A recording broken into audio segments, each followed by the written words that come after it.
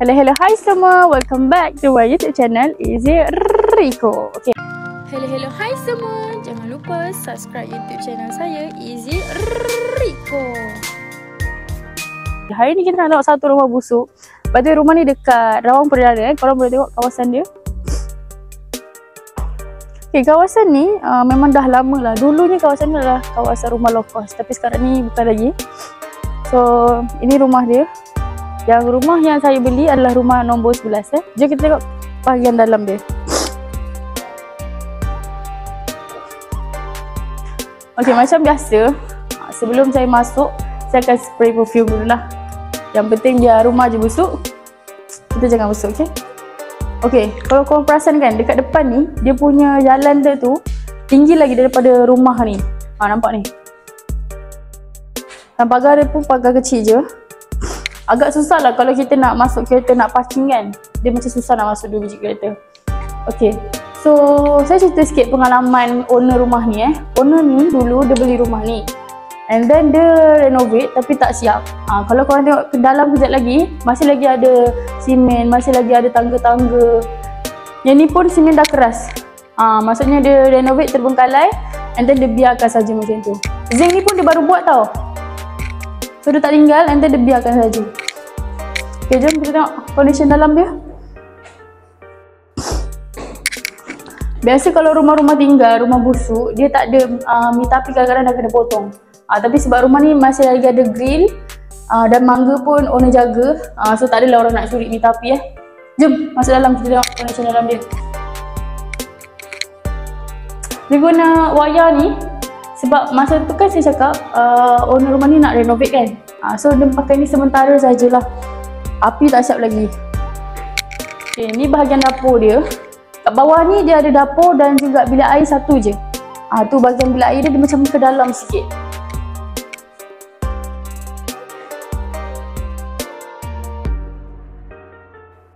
Nak kereta sorong pun masih ada lagi. Dia punya ni, korang tengok kat sini. Atas tu dah bocor tau. Jadi air tu dah turun, habis dah kena kayu, sudah reput dah. Nak bagi makan. Bismillah. Ni juga.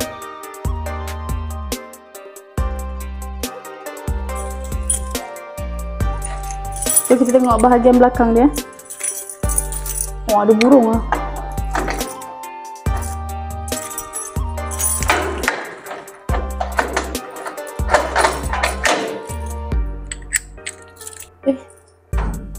Oh, grill. Sorry.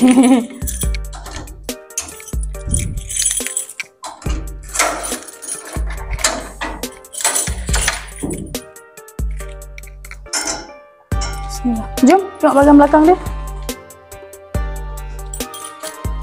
Okay, kalau korang perasan dekat belakang ni dia sangat-sangat sempit lah. Dia tak ada ruang pun sebenarnya. Kita punya rumah ni tak kat sini je. Yang rumah sebelah ni dia main buat je kot, saya tak tahu. Tengok kat sana. Dia punya jalan tu bukan straight dia bergelombang. Ada tinggi, ada rendah. By the way, rumah ni adalah rumah pertama yang saya beli. Nanti saya ceritakan kat korang. Simen dah keras. Ni ada beli tapi tak pasang lagi. Ni pun sama. Ni tempat untuk kat atas. Rumah ni dulu kan saya cakap rumah ni adalah rumah low cost kan. Jadi kalau rumah low cost biasanya memang bilik semua dekat atas, bilik air kat bawah. Jom ikut saya, kita nak naik atas pula.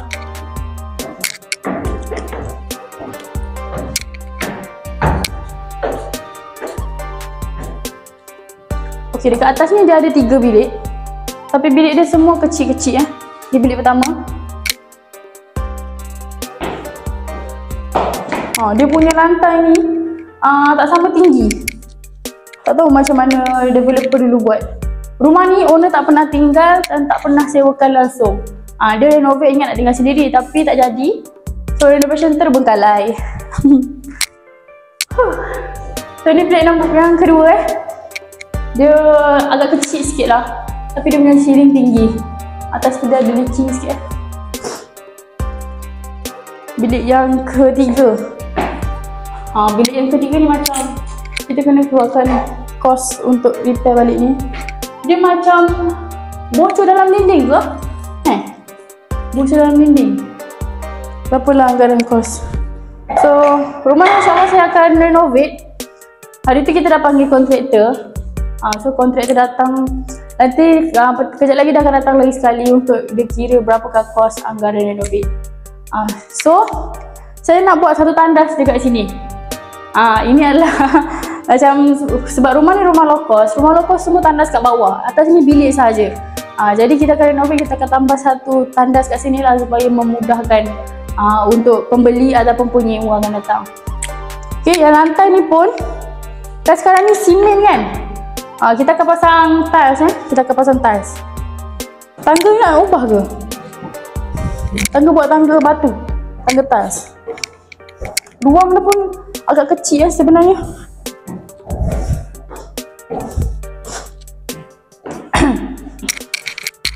Kalau ikut planning asal, mesin saya tunjuk.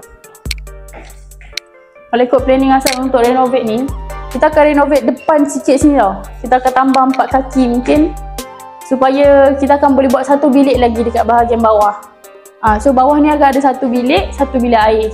Yang atas tu mungkin kita akan kekalkan bilik air lama, ataupun kita akan sambung bilik satu dengan bilik nombor 2 supaya dia lagi luas lah.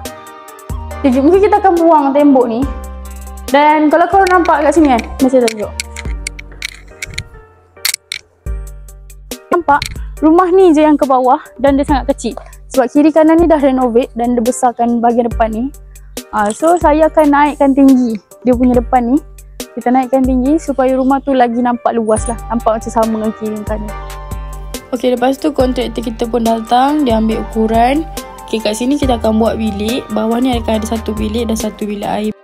Okay, kalau korang nak tahu, rumah yang saya beli ni berharga RM120,000 sahaja yang terletak dekat Rawang Perdana. So, ini merupakan rumah pertama yang saya beli dan saya renovate untuk dijual semula. Jadi, amount anggaran kos renovation yang saya anggarkan untuk rumah ni, tingkat atas dan juga tingkat bawah, lebih kurang dalam RM50,000. Dan kontraktor ni bagi tahu, rumah ni dijangka boleh disiap dalam 3 ke 4 bulan macam tu lah. Jadi kita orang pun bincang and then depan ni kita akan extend lagi 4 kaki. Pagar tu kita akan buat pagar lebar. Tujuan saya buat renovation adalah untuk memudahkan proses jual beli akan datang. Sebab kalau nak ikutkan, owner nak jual keadaan macam ni sahaja susah untuk kita dapat pembeli. Tapi bila kita renovate dan bagi aura baru, senang untuk kita dapat pembeli dan pembeli pun happy. Nanti saya akan buat video part 2 after renovation untuk rumah ni. By the way, korang boleh follow TikTok saya, Easy Rico. Dalam tu pun saya akan update progress demi progress rumah ni semasa renovation. Okay, kalau korang nak tahu, jiran kawasan sini mostly adalah Melayu dan juga Indian tau. Owner dulu bagi tahu, masa dia duduk sapu depan rumah pun dah ramai sangat-sangat yang tanya untuk menyewa. Maksudnya, kawasan sini sewa dia demand memang agak tinggi juga sebab taman dia penuh dengan penduduk. Saya pernah terfikir untuk buat sewa, tapi insyaAllah mungkin kita akan terus jual lepas renovate.